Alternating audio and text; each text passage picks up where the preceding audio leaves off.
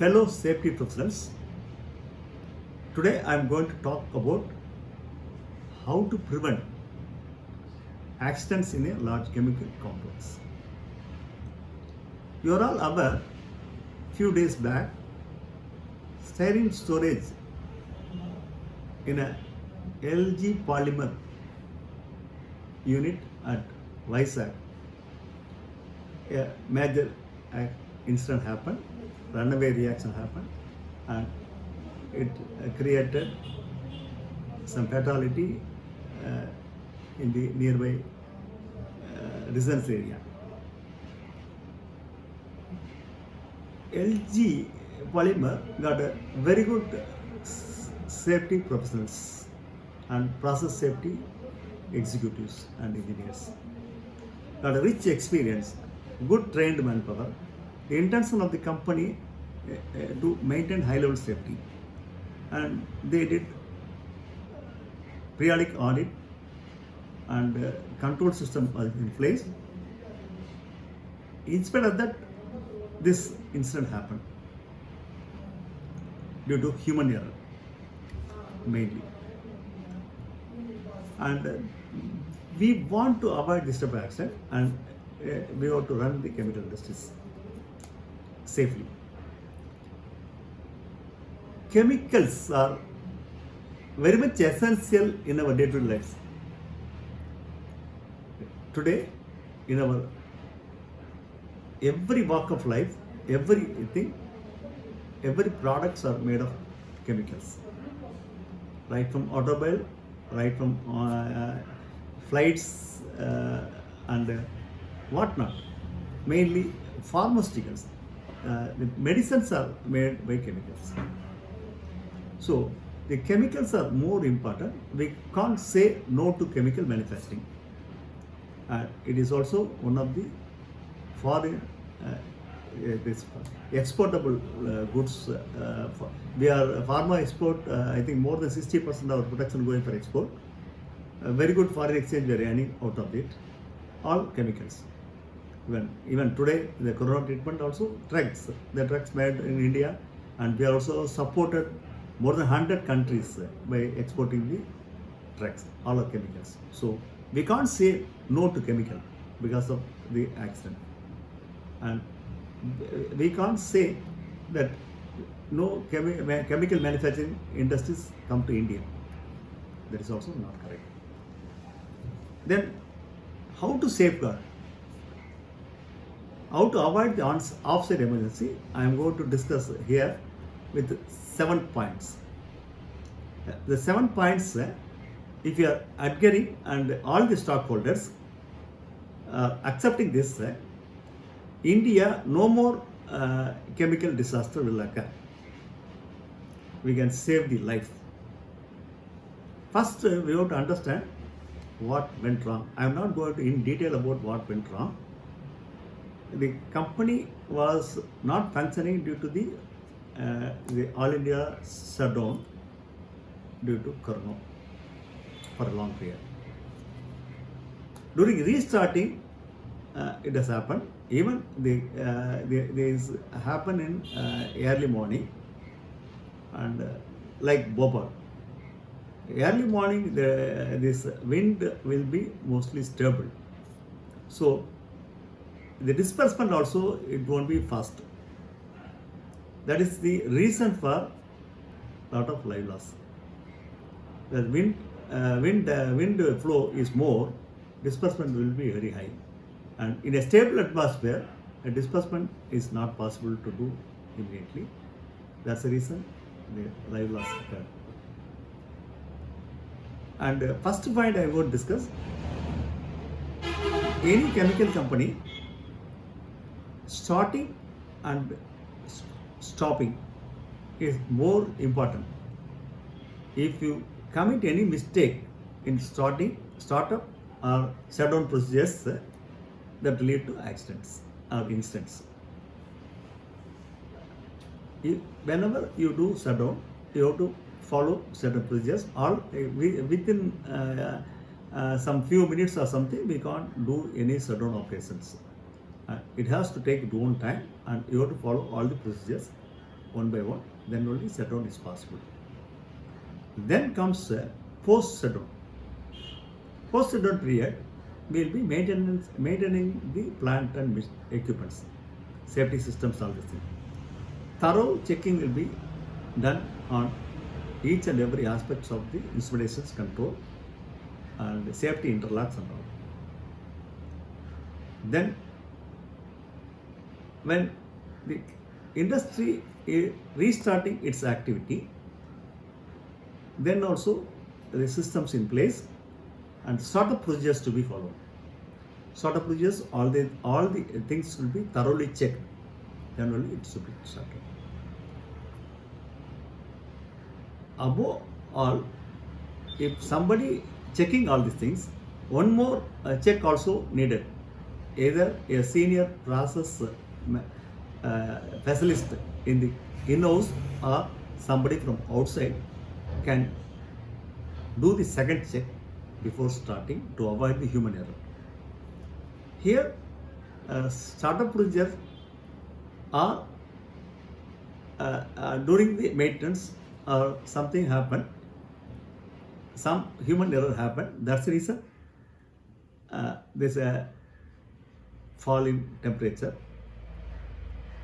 And the only two criteria is associated with siren storage are maintenance of temperature uniformly and prevention of self-polymerization. This root cause is only because temperature may be not maintained somewhere. We don't know root cause. We are not conducted any study on that. This is only assumption. In spite of the company got a good safety system, some failure occurred. That is the truth. So all the three factors for any company is more important.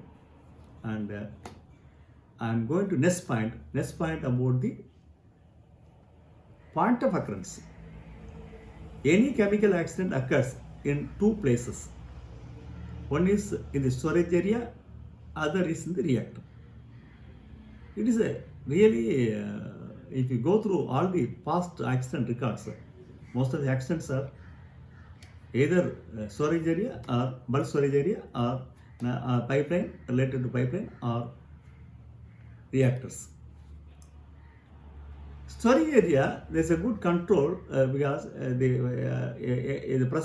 storages, if the process storage, it is controlled by PISO. Unfired processes are controlled by PISO. They will be first scrutinizing your documents, this design calculation, fabrication drawing. Then during fabrication, a third party approved by PISO will be controlling the entire fabrication right from raw material up to completion of the process testing, stage-wise inspections. And after erection of the tank also, one more third party comes and inspect.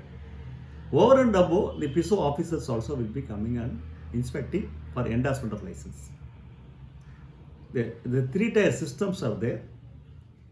Atmospheric storage tank and refrigerant storage tank, the systems are not there. And we have to make a system like this to control in the fabrication stage. As until there is no control for atmospheric tank as well as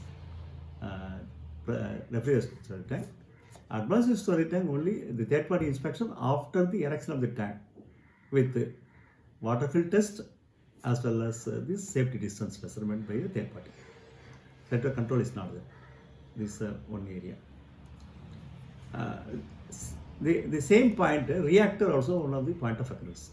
Reactors where reactors are no law as on date to control during the fabrication, and this is one of the missing links. Even though the chemical companies are appointing their own third party inspector and they are doing their own check, but practically there is no control, statutory control over the fabrication of processors, fabrication of reactors, and also periodic maintenance also some systems to be brought in. periodical inspection for reactors also not there. This is a missing link. Then, third point, I am going to talk about offsite emergency. Offsite emergency, when release take place, reaches beyond the boundary of the company, it becomes offsite. Offsite management is in the control of district magistrate or district collector.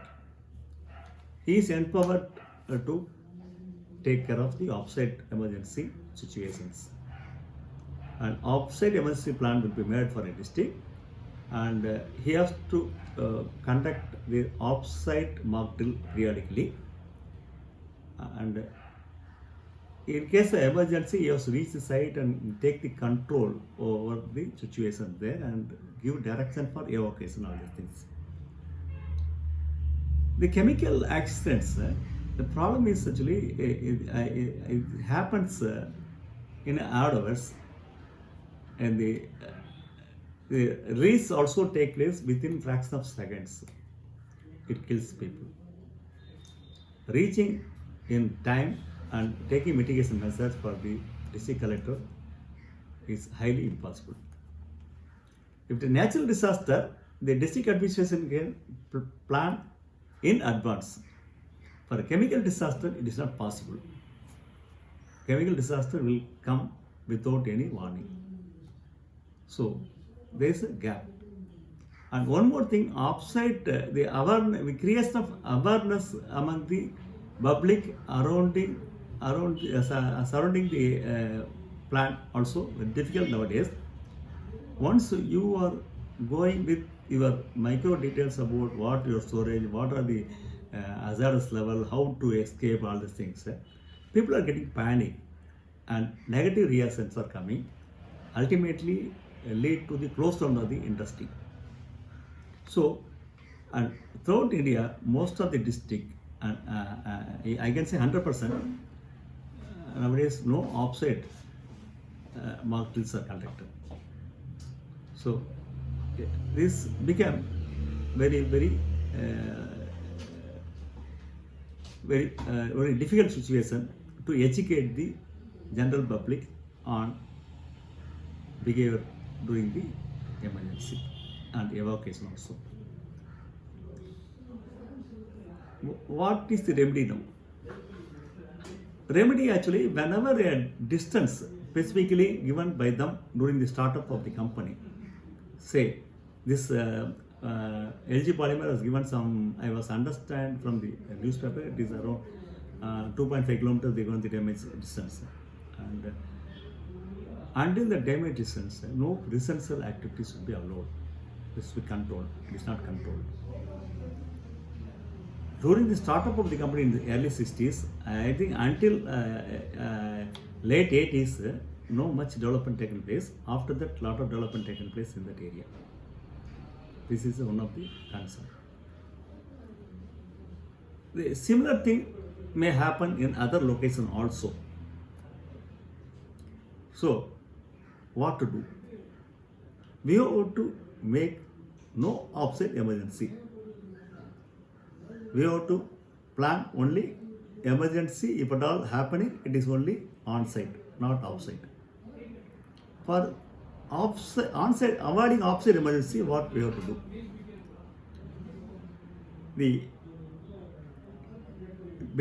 Based on discussed report, the new industries has to buy the land, entire risk contour. If they are 2.5 kilometers radius, they have to buy entire 2.5 kilometers radius. The government allotment also to be entire land based on the risk assessment report. In the existing, what to do? We can't close down the industry. It is not possible. Existing, we have to do inventory control. We have to storage inventory. We have to minimize as minimum as possible. How to do? When a company importing 100 tons of material per month, or getting supply from faraway places from the location. They need a storage inventory for a month or so, or 30 days, 20 days like that. So they need a minimum storage. For example, 100 tons they want to store. If they are not storing 100 tons, it is not possible to run the plant. In that case, they have to calculate. They have to calculate. Mostly, they have to keep the tank pump in the center of the plant, not in the side of the plant. The tendency of any industry, any hazardous storage or flammable storage, they will be keeping the one corner of the plant. That is to be avoided. You have no right to transfer reliability outside. You have to keep in center, and you have to make a risk assessment. How much quantity if we are storing it, in case of any emergency, the damage curve it won't cross above cross your boundary. At any point of time, the damage curve should be within your boundary. For that purpose, you have to find out the quantity. For example, if you are storing a 10 ton, if a release takes place for entire 10 ton, if it is not crossing your boundary, you are safe. That then 10 ton into 10, you have to put 10 number of tanks instead of one tank. Each tank must have a separate refrigerant if necessary, and one more 10 ton tank you have to provide for transferring the material in case of any failure of live tanks. You have to keep always empty, and you must have a system to floor or any scrubbing to neutralize the leaked quantity of paper. This is must. This will avoid the any disaster occurring off-site. On-site disaster can be handled properly because on-site people working inside, they were aware of the situations. They know what is going to happen, what is the reaction, and the training of the persons to during the how to escape during the emergency also very easy. Wind direction also they will be knowing, and crosswind direction they will go and reach. We can create a safe room assembly point to during the taxi gas they can reach the nearest safe room where action is available for them to breathe, and they can able to arrest the this leakage immediately using the protective PPE and all, and self-breathing apparatus and all. So the casualty will be inside the emergency. It is maximum nil or 1 or 2 minimum. We are in the Sivagasi, what Piso rules says, and you are maintaining some interdistance between two sets, and each set there is a section about 2 people only allowed. There is a probability of explosion. If explosion happens also, the number of casualty to be minimized. So the offset emergency to be eliminated totally. When you are eliminating the offset emergency, the entire responsibility of controlling also within the purview of the occupier. What happened to the small industries, how they can able to? Small industries, the government itself make a separate complex for reactive chemical, flammable chemicals and toxic chemicals separately, and put a compound wall for entire area, and center of the complex they can have a storage and common storage. They can supply the material to them, and this will reduce the cost of the investment as well as it will be easy to maintain the fire hydrant, all the facility which is needed for the small companies. It is very easy for them to make supply from a common facility, so that the running cost is getting reduced. complaints is getting reduced, and they can have a better control over the storage. This avoid offset emergency, and experts from each company can be made a group. They can make a group of personals working in different companies, form a group, and cross audit they can do the cross audit whenever any shutdown take place, whenever maintenance take place, whenever startup take place. This will have a comfort level for each unit, cost effective comfort, and make the disaster nil. And this, apart from this, the extra tank which is going to be erected for evacuation purpose, they should not take into threshold quantity. Because the rules are changing. If you increasing threshold quantity, that's certain provisions are applied for every increase of the threshold quantity. This is going to be empty always. It is treated as a safety system rather than storage, and threshold quantity should not be increased. So if you are doing this, this will be the good solution for it. Next point, responsibility. Public, you are knowing very well that hazard is going to occur in the chemical instance. You should stay away from that. We are construction of housing colony should not be permitted, and public should not construct the houses there. One day or other, that is definitely it is going to be like Vizag-like situations. So therefore, the public has to cooperate, and public also to understand need of chemicals. We can't ask every chemical unit to close because of the accidents, and we have to stay away from the complex. And nobody want to kill anybody. No industry want to do anything harm.